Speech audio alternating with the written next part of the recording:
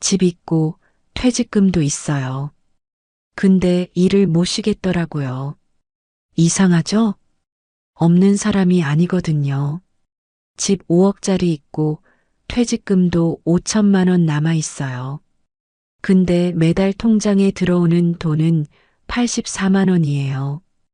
국민연금 50만 원, 기초연금 34만 원. 이게 전부예요. 나가는 돈은요?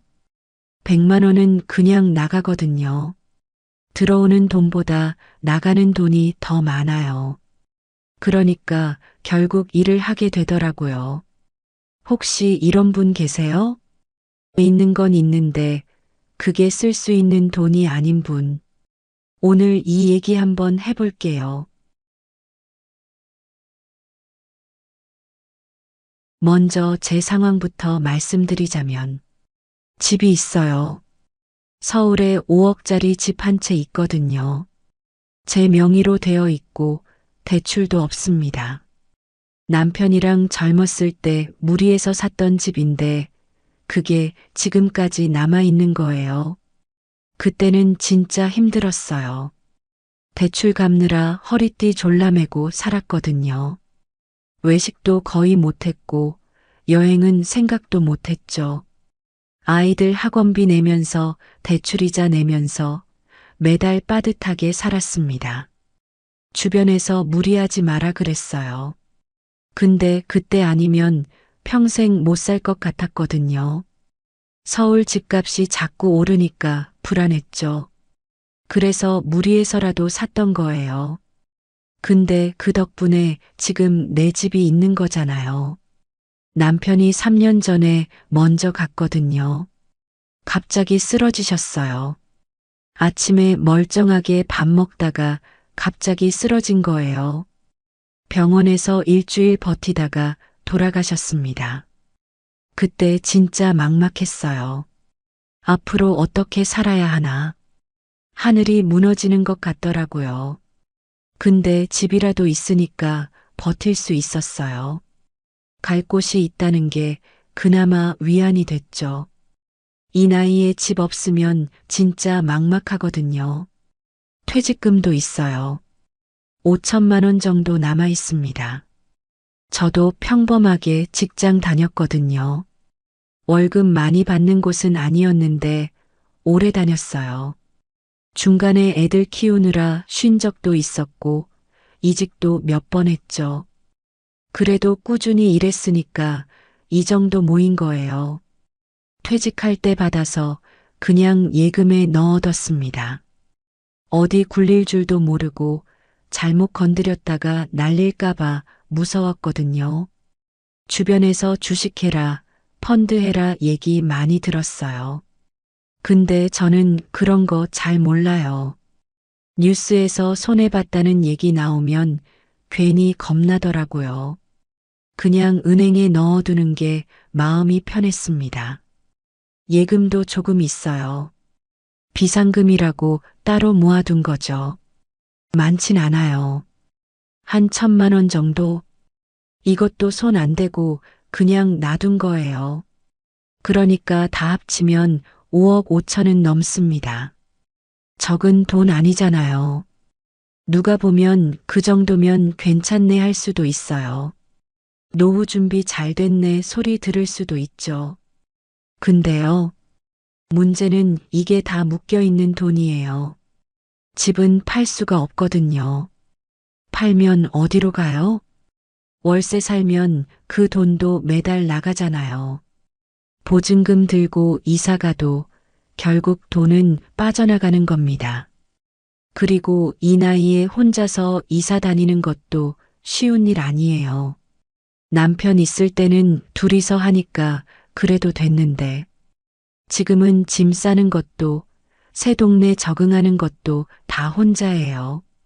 생각만 해도 피곤하더라고요.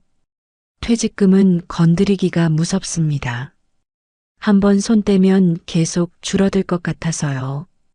이번 달 50만 원 쓰면 다음 달도 쓰게 되잖아요. 그러다 보면 어느새 바닥나 있을 것 같거든요.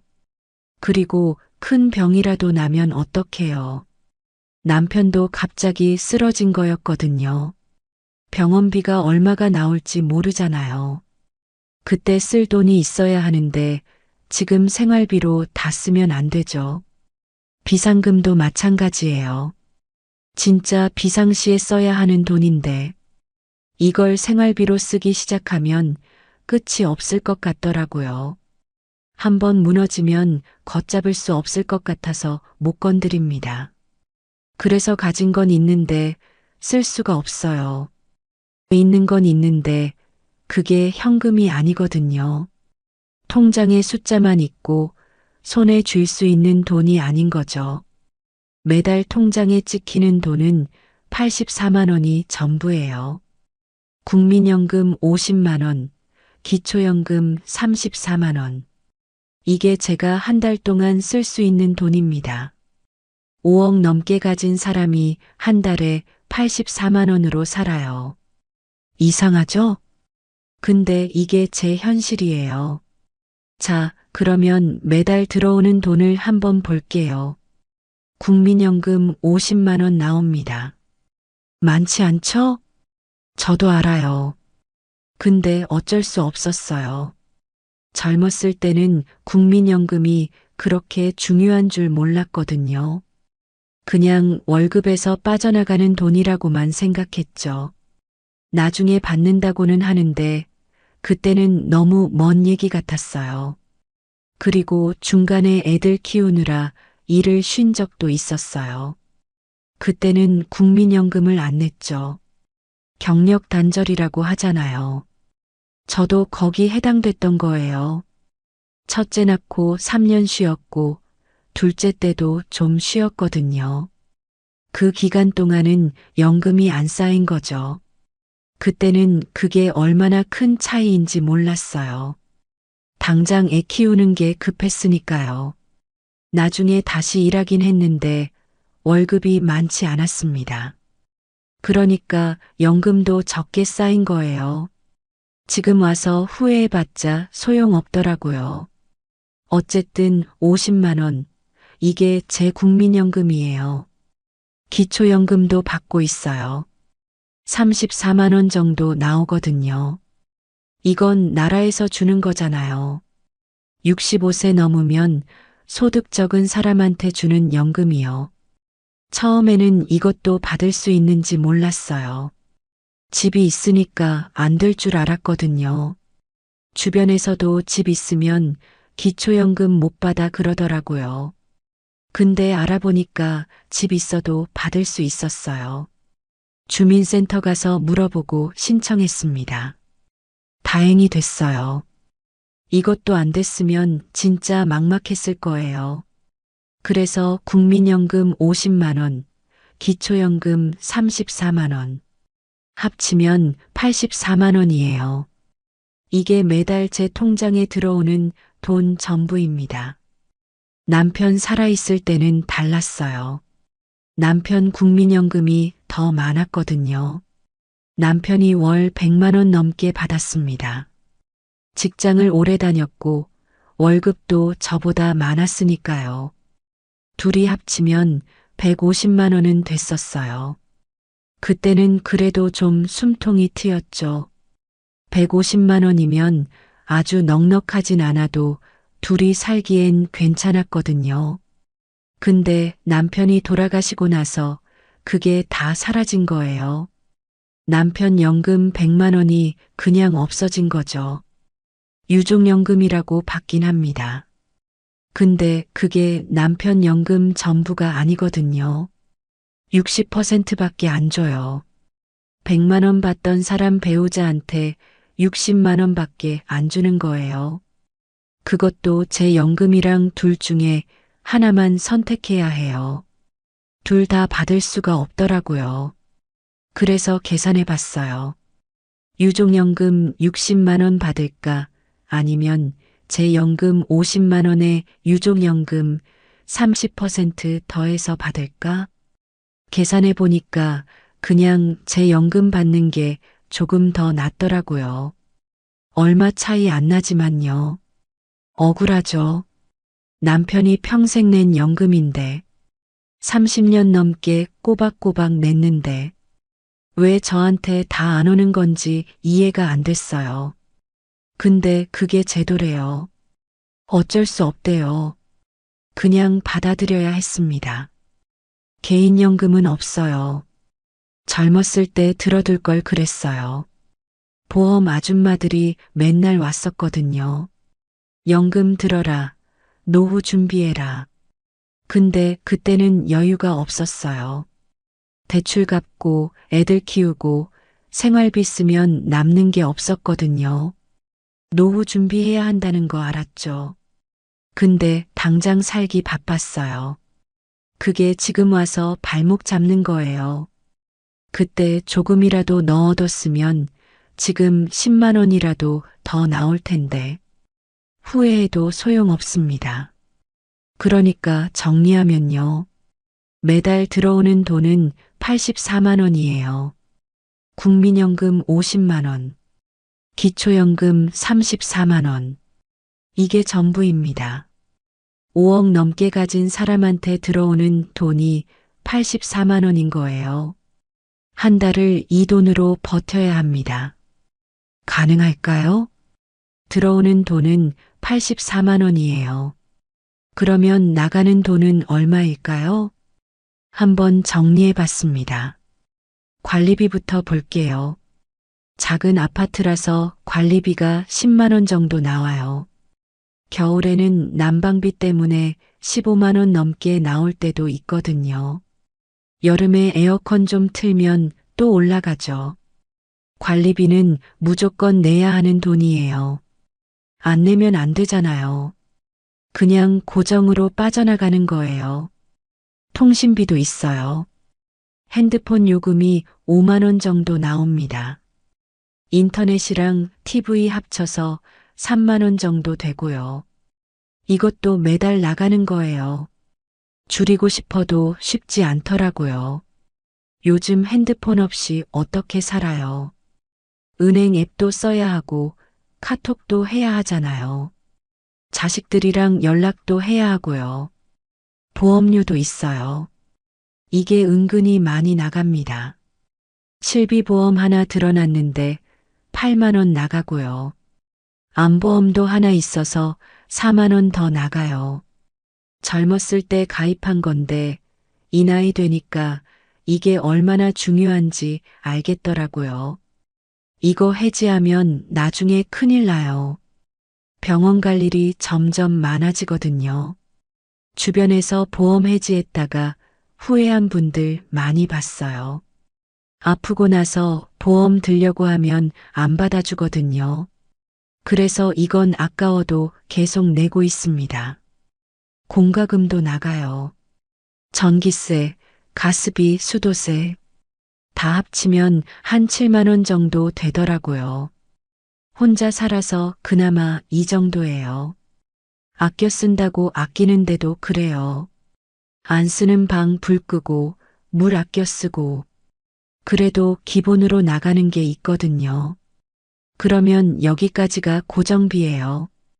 관리비 10만 원, 통신비 8만 원, 보험료 12만 원, 공과금 7만 원. 벌써 37만 원이 나갔습니다. 84만 원에서 37만 원 빼면 47만 원 남죠. 이걸로 한 달 먹고 살아야 해요. 식비가 제일 큰 거예요. 혼자 먹는다고 적게 드는 게 아니거든요. 마트 가면 뭘 사도 비싸요. 채소 조금, 고기 조금 사면 5만 원은 금방이에요. 그래도 아껴 먹습니다. 반찬 해놓고 며칠씩 먹고 외식은 거의 안 해요. 밖에서 밥 한 끼 먹으면 1만 원은 기본이잖아요. 그렇게 아껴도 식비가 한 달에 30만 원은 들어요. 적게 먹는 것도 한계가 있거든요. 영양도 챙겨야 하고 너무 안 먹으면 몸이 안 좋아지잖아요. 47만 원에서 식비 30만 원 빼면 17만 원 남습니다. 이걸로 나머지를 다 해결해야 해요. 병원비도 있어요.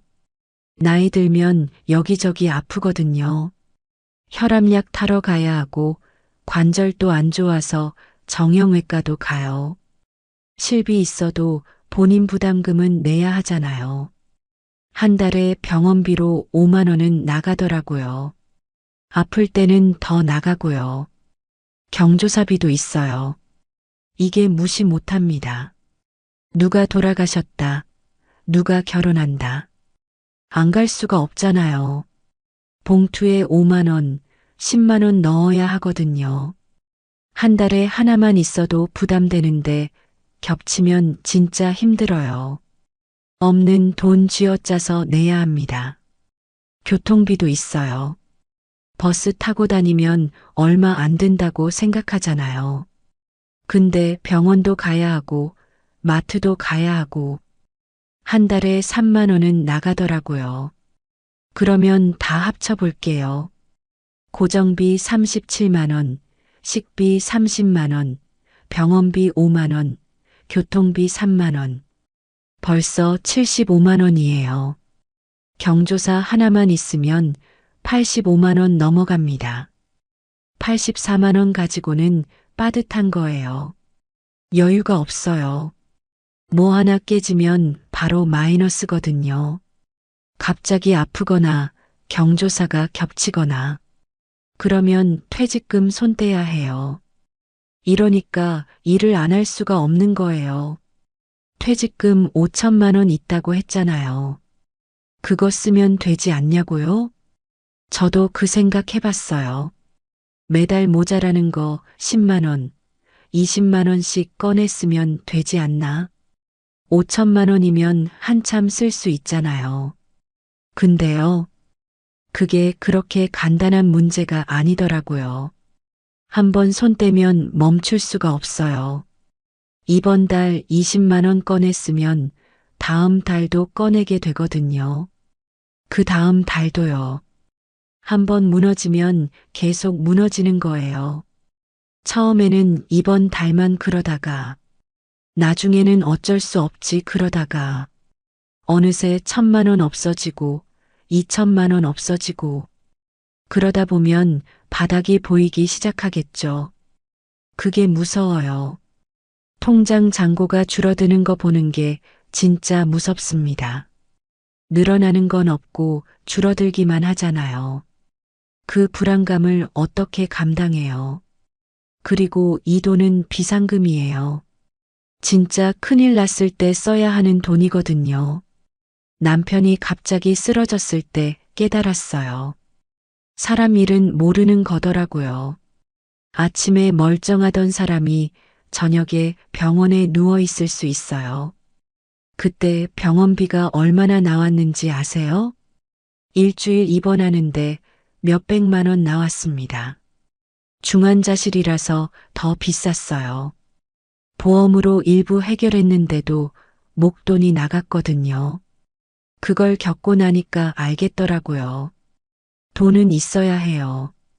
갑자기 무슨 일이 생겼을 때 쓸 돈이 있어야 합니다.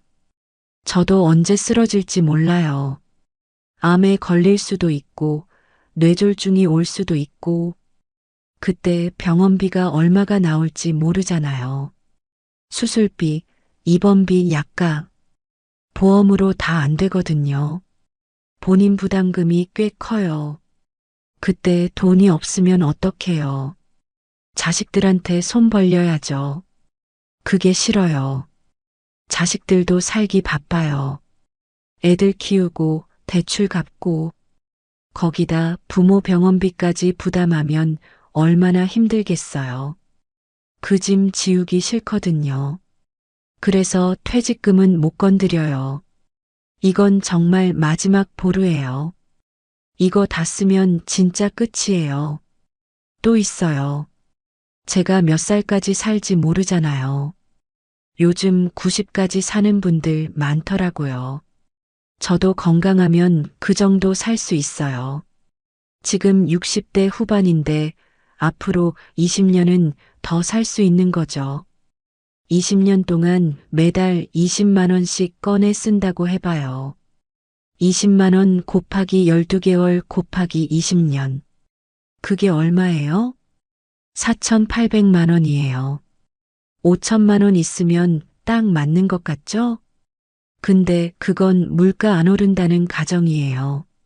물가는 매년 올라요. 지금 20만 원으로 살 수 있는 게 10년 뒤에는 30만 원 들 수도 있어요. 그러면 부족해지는 거예요. 계산대로 안 되는 거죠. 그래서 함부로 손 떼기가 무섭습니다. 한번 쓰기 시작하면 멈출 수 없을 것 같고, 다 쓰고 나면 진짜 막막해질 것 같고, 차라리 몸이 움직일 때 일해서 버는 게 나아요. 퇴직금은 그대로 놔두고 일해서 모자란 돈 메우는 거죠. 그게 더 안전하다고 생각했어요. 그래서 일을 하는 거예요. 쉬고 싶어도 못 쉬는 거예요. 퇴직금 지키려고요. 이게 제 현실입니다. 집 5억이면 팔아서 쓰면 되지 않냐고요? 그 말도 많이 들었어요. 근데요, 집 팔면 어디로 가요? 지금 사는 동네에서 30년 넘게 살았거든요. 마트가 어디 있는지, 병원이 어디 있는지 다 알아요. 동네 사람들도 알고 아는 얼굴들이 있어요. 이 나이에 새 동네 가서 적응하는 거 쉬운 일 아닙니다. 젊었을 때는 괜찮아요. 근데 지금은 달라요. 낯선 데 가면 불안하거든요. 그리고 집 팔면 그 돈 어디로 가요? 월세 살아야죠. 서울에서 혼자 살 수 있는 작은 집 월세가 얼마인지 아세요? 보증금 5천에 월세 50만 원은 기본이에요. 좀 괜찮은 데 가려면 더 내야 하고요. 월세 50만 원이면 1년에 600만 원이에요. 10년이면 6천만 원이 나가는 거죠. 집 한 돈이 월세로 다 빠져나가는 거예요. 그러면 집 팔아서 뭐가 남아요? 결국 똑같거든요. 돈은 없어지고 내 집도 없어지고 차라리 내 집에서 버티는 게 나아요. 월세 안 내도 되니까요. 관리비만 내면 되잖아요. 주택연금 들면 되지 않냐는 말도 들었어요. 집 맡기고 매달 돈 받는 거요. 그것도 알아봤습니다. 근데 생각보다 많이 안 나오더라고요. 5억짜리 집으로 70세에 가입하면 월 100만 원 정도 나온대요. 괜찮아 보이죠? 근데 이게 평생 빚지는 거예요. 받은 돈이 쌓여서 나중에 집값 넘어가면 어떡해요. 물론 그건 자식들이 안 갚아도 된다고 하더라고요.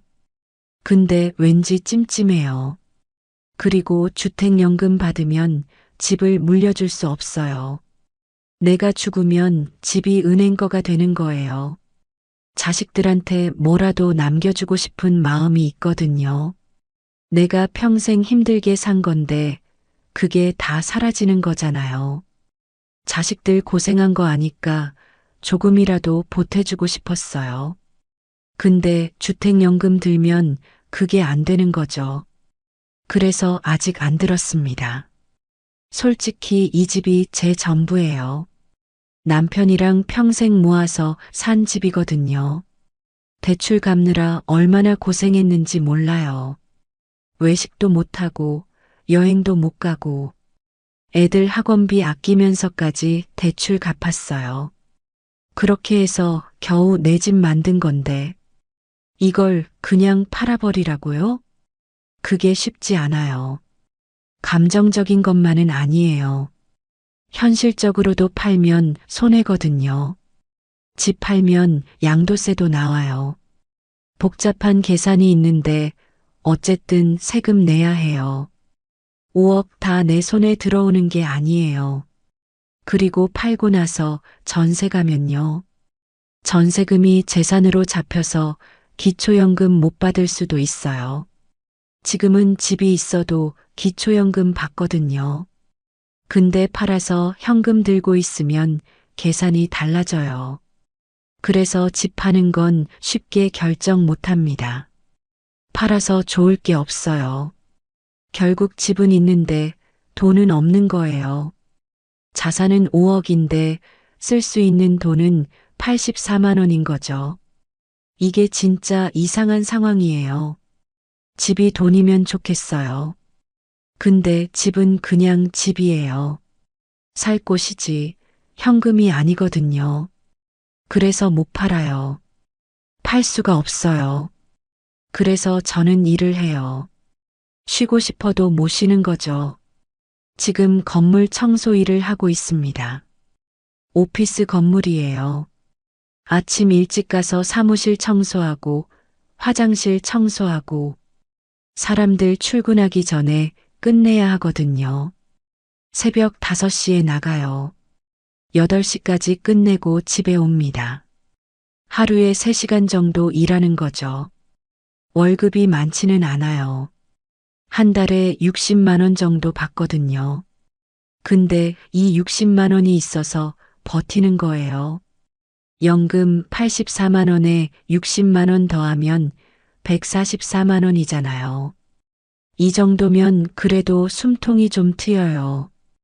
빠듯해도 마이너스는 안 나거든요. 일이 쉽지는 않습니다. 새벽에 일어나야 하니까 힘들어요. 겨울에는 특히 힘들죠. 어둡고 추운데 나가야 하거든요. 쓸고 닦고 비우고 쓰레기통 비우는 게 제일 힘들어요.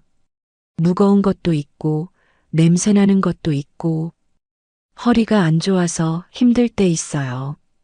숙여서 일해야 하잖아요. 집에 오면 허리가 뻐근하더라고요. 근데 어쩔 수 없잖아요.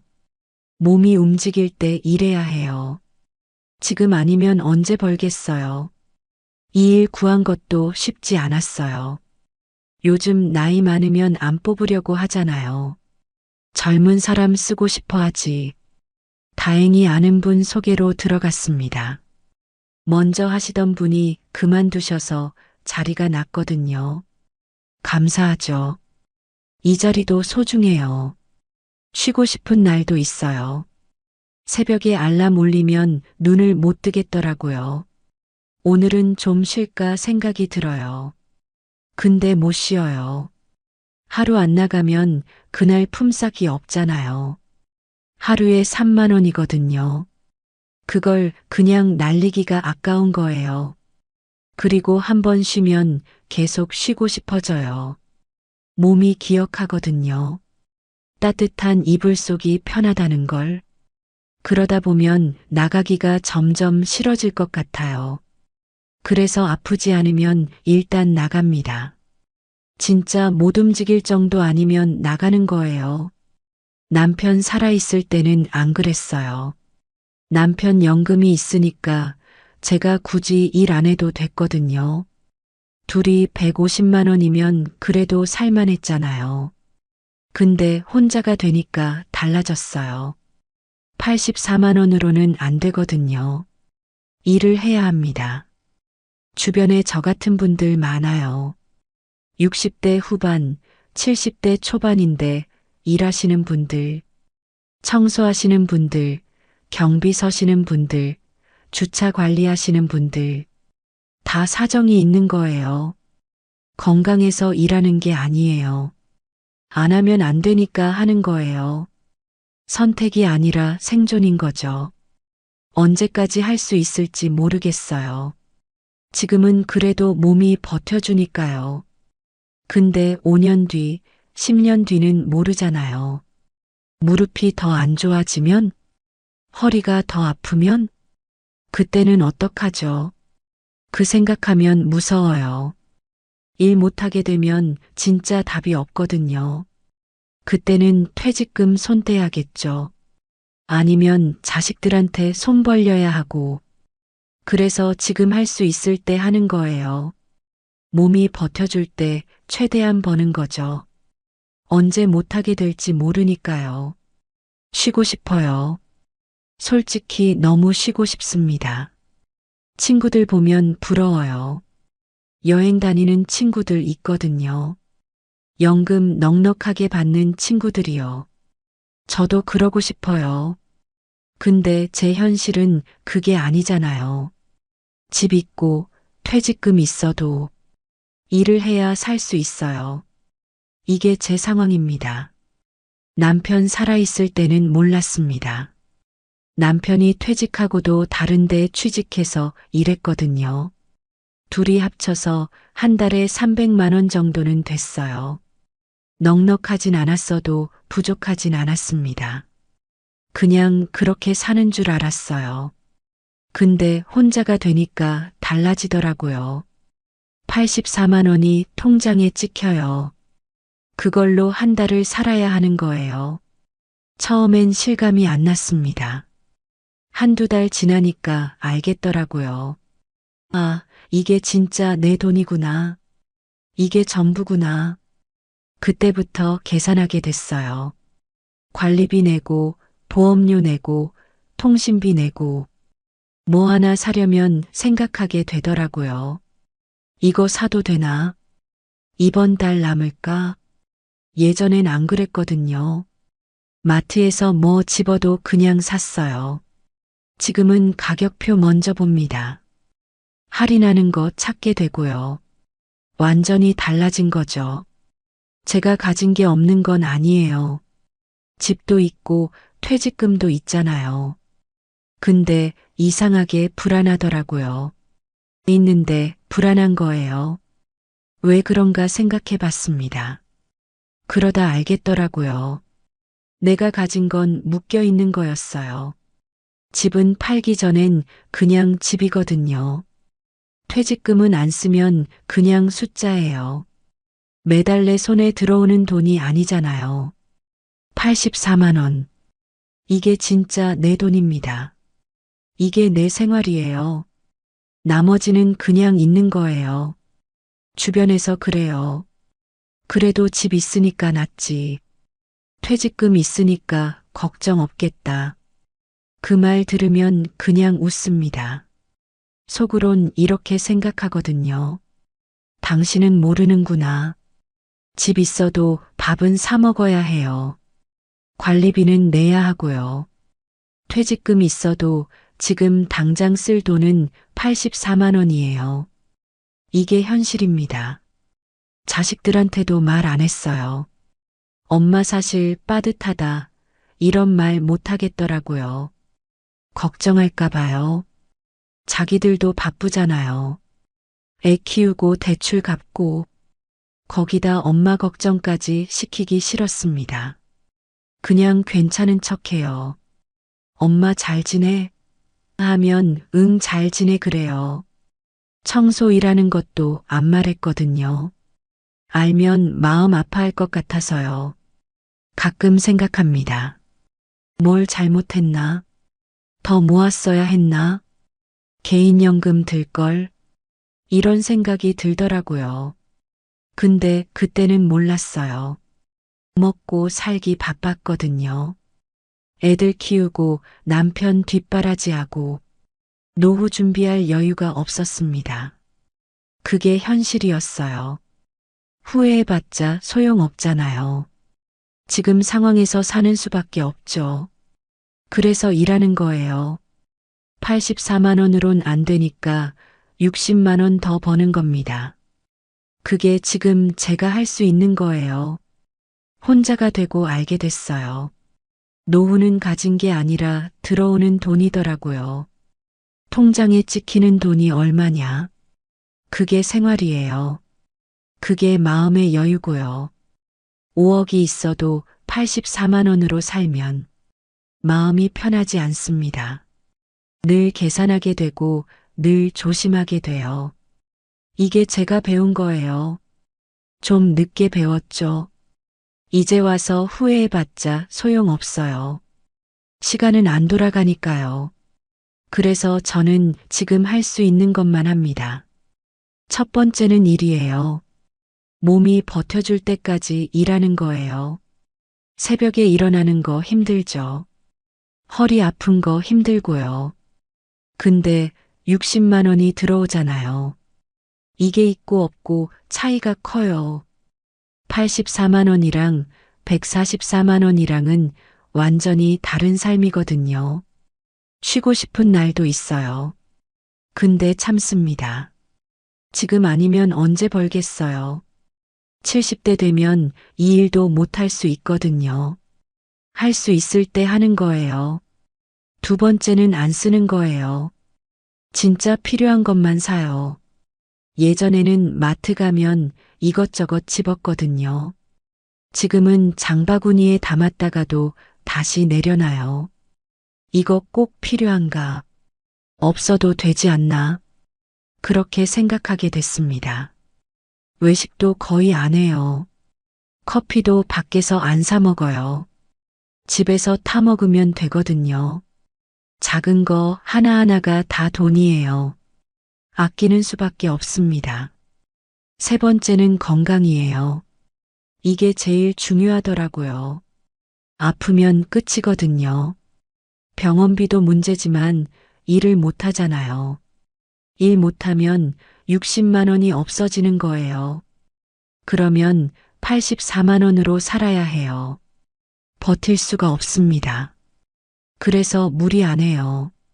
아프면 쉬고요. 약 먹을 거 꼬박꼬박 먹어요. 혈압약 빼먹으면 안 되거든요. 건강검진도 꼭 받습니다. 무료로 해주는 거 있잖아요. 그런 거 다 챙겨요. 네 번째는 퇴직금 안 건드리는 거예요. 이건 진짜 마지막이에요. 지금 손 떼면 안 됩니다. 한번 쓰기 시작하면 멈출 수가 없거든요. 조금씩 조금씩 줄어들어요. 그러다 보면 없어져요. 5천만 원이 많아 보여도 한 달에 50만 원씩 쓰면 8년이에요. 100만 원씩 쓰면 4년이고요. 금방이거든요. 그래서 최대한 안 건드리려고 합니다. 진짜 급할 때, 정말 어쩔 수 없을 때만 쓰는 거예요. 다섯 번째는 자식들한테 기대 안 하는 거예요. 이게 마음 편하더라고요. 물론 자식들이 잘해줘요. 명절에 용돈도 주고 가끔 맛있는 것도 사다 주고 고맙죠. 근데 그걸 당연하게 생각하면 안 되더라고요. 자식들도 자기 살기 바빠요. 대출 갚아야지, 애들 교육비 들어가지. 거기다 엄마한테까지 돈 보내라고 하면 안 되잖아요. 그러니까 기대를 안 해요. 주면 고맙고 안 줘도 괜찮고 그렇게 생각하니까 마음이 편해졌습니다. 이렇게 살고 있어요. 일하고 아끼고 건강 챙기고 퇴직금 안 건드리고 자식들한테 기대 안 하고 이게 제가 찾은 방법이에요. 대단한 게 아니에요. 그냥 버티는 거예요. 하루하루 버티는 겁니다. 누가 그러더라고요. 노후 준비 잘하셨네요. 집도 있고 퇴직금도 있고 웃었어요. 준비 잘한 게 아니거든요. 그냥 이렇게 된 거예요. 제대로 준비했으면 지금 새벽에 안 나가도 됐을 거예요. 매달 들어오는 돈이 더 있었겠죠. 근데 없으니까 이렇게 사는 거예요. 버티는 거예요. 그래도 감사해요. 건강하니까요. 일할 수 있으니까요. 지붕 있는 집에서 자니까요. 이것만 해도 다행인 거예요. 더 힘든 분들 많잖아요. 그분들 생각하면 저는 나은 거예요. 그러니까 불평 안 하려고요. 그냥 주어진 대로 삽니다. 오늘 제 이야기 들어주셔서 감사합니다. 집 있고 퇴직금 있고 겉으로 보면 괜찮아 보여요. 근데 매달 84만 원으로 사는 게 현실이에요. 그래서 새벽에 일하러 나가는 거고요. 자산이 있어도 현금이 없으면 힘들어요. 이게 제가 혼자 되고 배운 거예요. 좀 늦게 알았죠. 지금 이 영상 보시는 분들 중에 저랑 비슷한 분들 계실 거예요. 있는 건 있는데 쓸 수 있는 돈이 없는 분들, 매달 빠듯하게 사시는 분들, 혼자가 아니에요. 저도 그렇게 살고 있거든요. 그리고 아직 시간 있으신 분들, 지금이라도 준비하세요. 매달 들어오는 돈. 그게 노후의 전부예요. 자산 말고 현금 흐름이요. 저는 계속 버틸 거예요. 몸이 버텨줄 때까지 일하고, 아끼고, 건강 챙기고, 그렇게 하루하루 살아갈 겁니다. 여러분도 힘내세요. 같이 버텨요. 영상 끝까지 봐주셔서 감사해요. 좋아요랑 구독은 큰 힘이 됩니다. 다음 영상으로 찾아뵐게요. 퇴직금 3억. 식당 하나 하면 될 줄 알았습니다. 그런데 결국 제 아내는 손목 수술을 받았습니다. 남은 건 가게도 아니고 돈도 아니고 수술 자국뿐이었습니다. 혹시 지금 퇴직 후 식당을 생각 중이시라면 이 이야기를 끝까지 들어주셨으면 합니다. 그리고 구독과 좋아요 한 번씩만 부탁드립니다. 정년 퇴직날 손에 들어온 퇴직금 약 3억 원. 평생 한 직장만 바라보며 달려온 저에게 그 돈은 처음 받아보는 내 손에 쥔 큰 돈이었습니다. 퇴직자 모임에서 누군가 그러더군요. 이제 형도 인생 2막이네?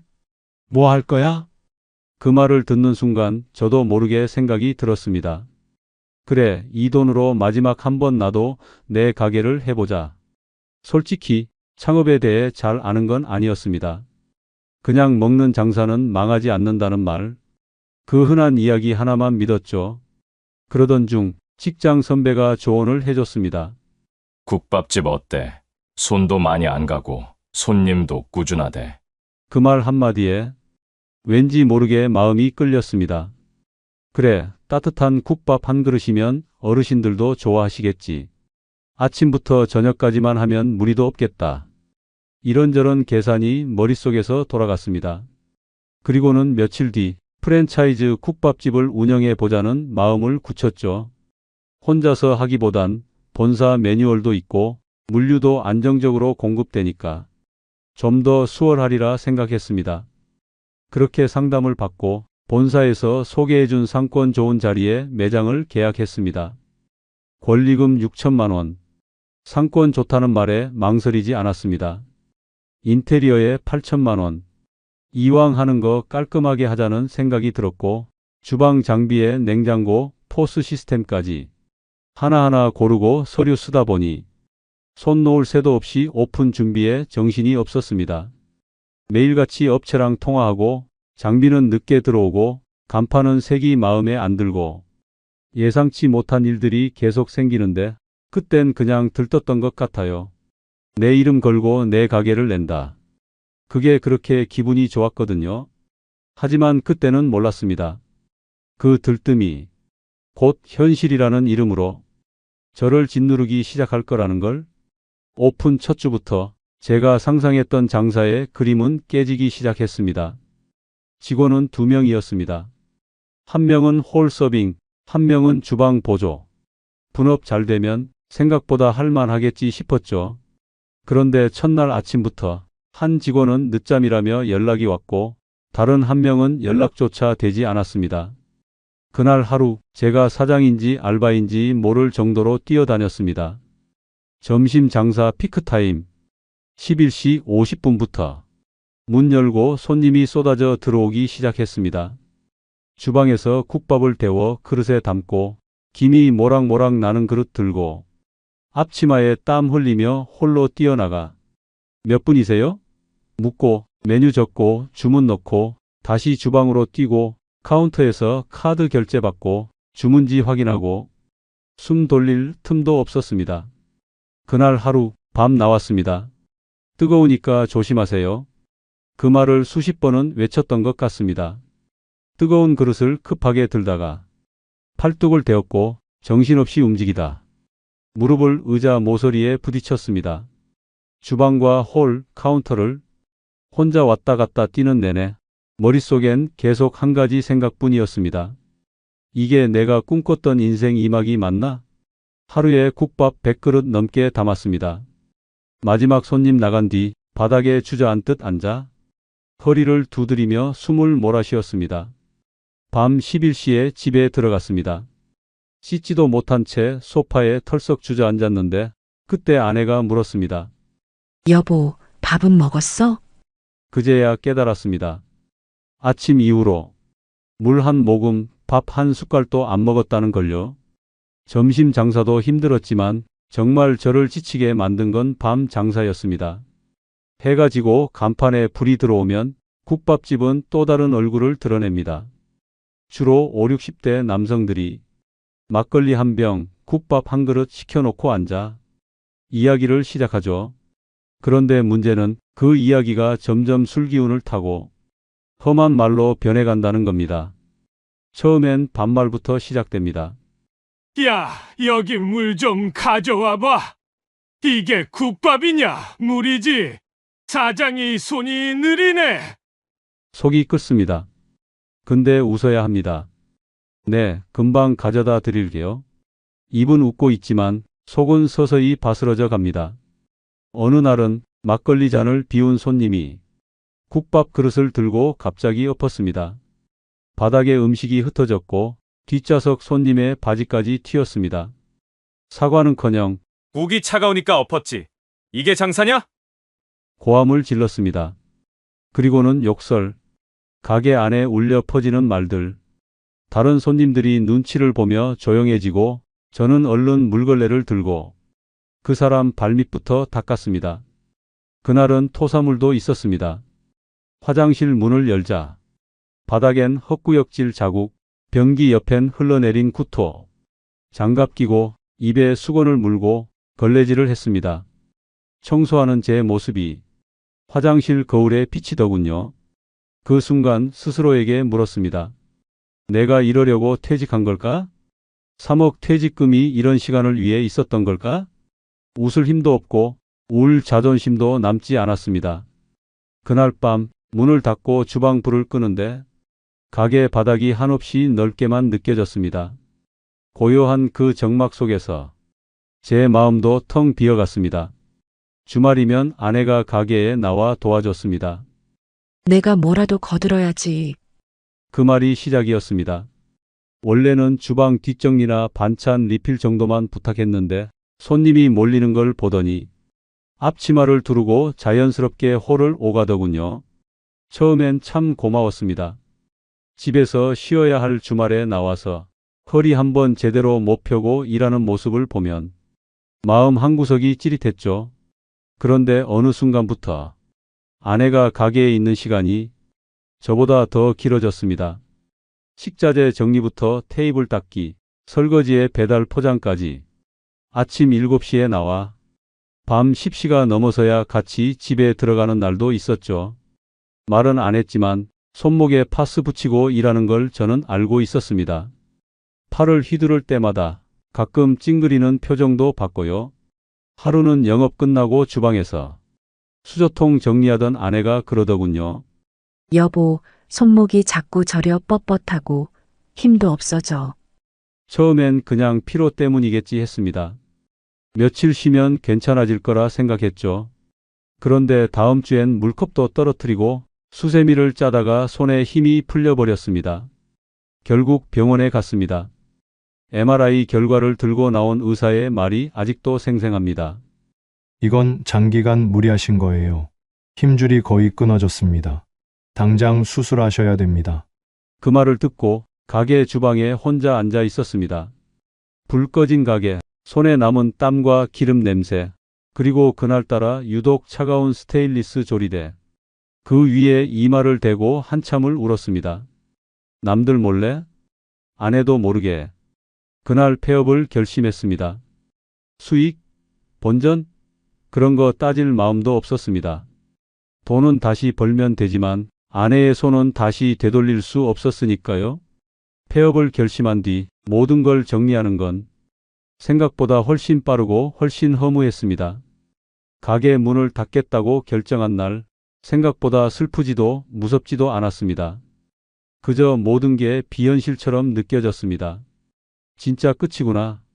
그런 실감이 하루하루 눈앞의 장면들로 다가왔습니다. 먼저 계약했던 보증금을 정산받으러 갔습니다. 건물주는 고개를 흔들었습니다. 원상 복구 안 하면 보증금 일부는 못 드려요. 배관이랑 타일 깨진 것도 수리하셔야 되고요. 계약서에 있던 문구였습니다.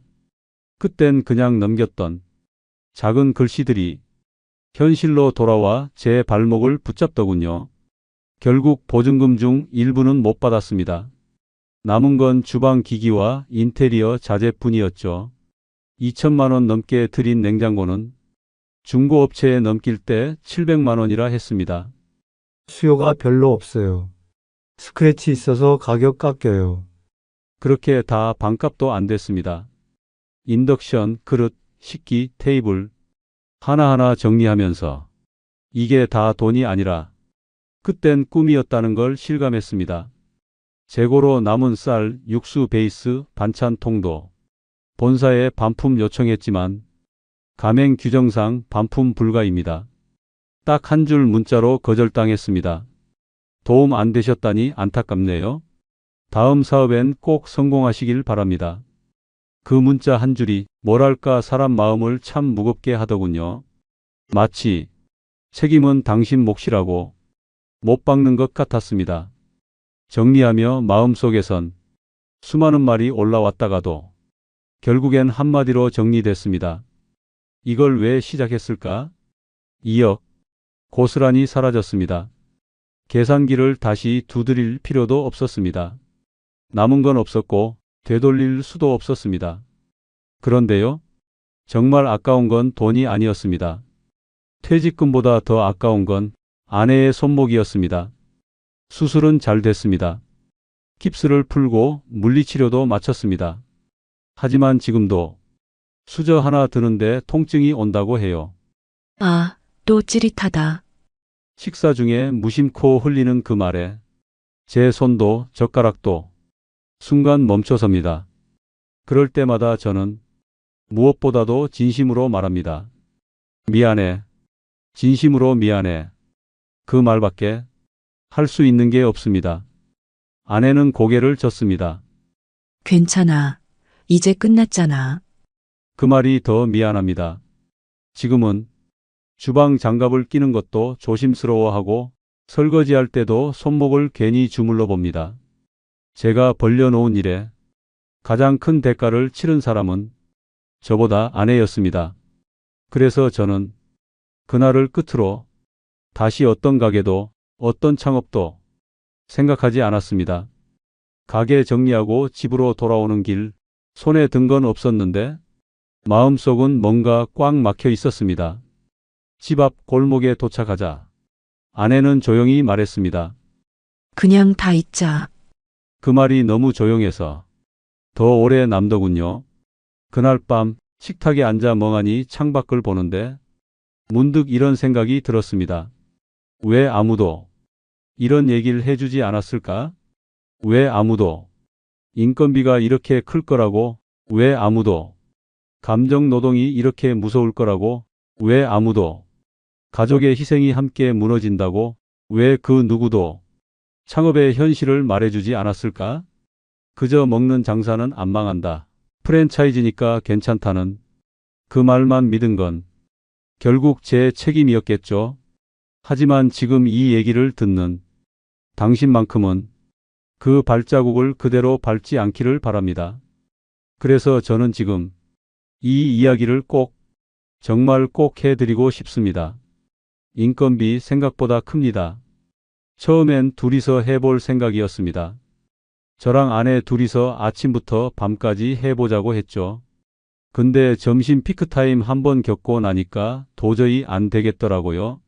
주방에서 국밥 데우고 홀로 뛰어나가 주문받고 계산하고 서빙하고 치우고 정신줄 놓을 뻔했습니다. 결국 직원 2명 썼는데 월급에 주유수당 4대 보험까지 내고 나면 한 달 인건비가 500만 원 가까이 들었습니다. 장사 잘 돼도 남는 게 없더군요. 술 손님 상대 감정 노동 장난 아닙니다. 처음엔 그냥 장사하면서 별일 다 있겠지 싶었습니다. 근데 진짜 별일이 다 있더라고요. 술 취한 손님이 고함을 치고 음식 갖다 주면 이게 국이냐? 하며 뒤엎고 화장실에 토해놓고 그냥 가버리는 날도 있었습니다. 그런 날은 문 닫고 나면 혼자서 걸레질하면서 욕이 절로 나오더라고요. 근데 손님한텐 또 웃어야 했습니다. 가게라는 곳이 버티는 곳이더라고요. 감정은 곰고 골마서 이젠 무뎌지기만 했습니다.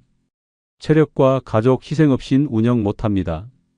아침 5시에 일어나 육수 끓이고 재료 손질하고 밤 11시 넘어서야 문 닫았습니다. 잠자는 시간 빼곤 가게에 붙어 있다시피 했고 주말엔 아내도 도왔습니다. 근데 아시잖아요. 가족이 도와주는 건 잠깐입니다. 그게 계속되면 희생이 돼버립니다. 그리고 그 희생이 우리 부부를 아내 손목을 그렇게 만든 겁니다. 프랜차이즈도 안전지대 아닙니다. 솔직히 말씀드리면 프랜차이즈니까 덜 위험하겠지라는 마음이 있었습니다. 하지만 계약서엔 작은 글씨로 큰 함정이 숨어 있더라고요.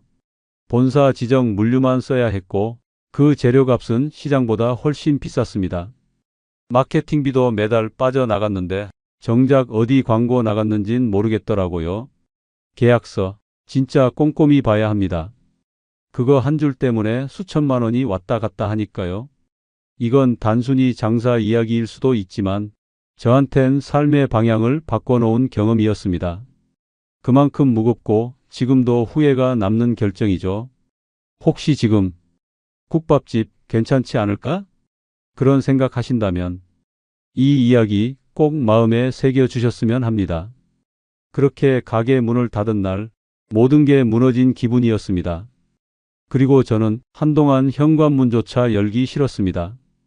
가게 문을 닫고 난 뒤 저는 현관문 여는 것조차 버거운 사람이 됐습니다. 문을 열면 세상이 보이고 세상이 보이면 내가 실패자라는 사실이 더 또렷해졌거든요. 밖에 나갈 일이 생겨도 장바구니를 들고 모자 깊게 눌러쓰고 아무 말 없이 다녀왔습니다. 아내와도 눈을 제대로 마주치지 못했습니다. 괜히 방 안에 오래 틀어박혀 있거나 TV 볼륨을 키워서 서로 말을 줄였습니다. 내가 무너진 건 돈 때문이 아니라 가족 앞에서 당당하지 못한 마음 때문이었어요. 그러던 어느 날 동네 마트 앞 벽에 붙어있던 복지관 전단 한 장이 눈에 들어왔습니다. 노인 일자리 상담해드립니다. 만 60세 이상 누구나 신청 가능. 작은 글씨였는데 그날따라 유독 크게 보이더군요. 한참을 그 앞에서 서 있었습니다.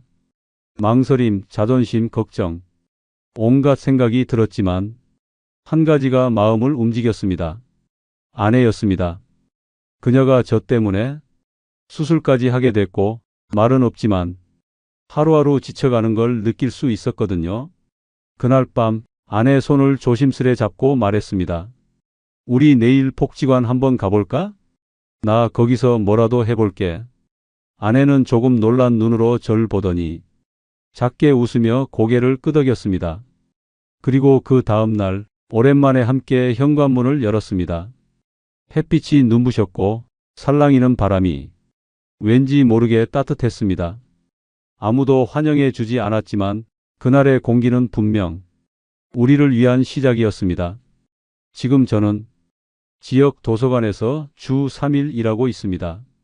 책을 정리하고 어르신들 오시면 자리 안내도 도와드리고 가끔은 책 찾는 걸 함께 도와드리기도 합니다.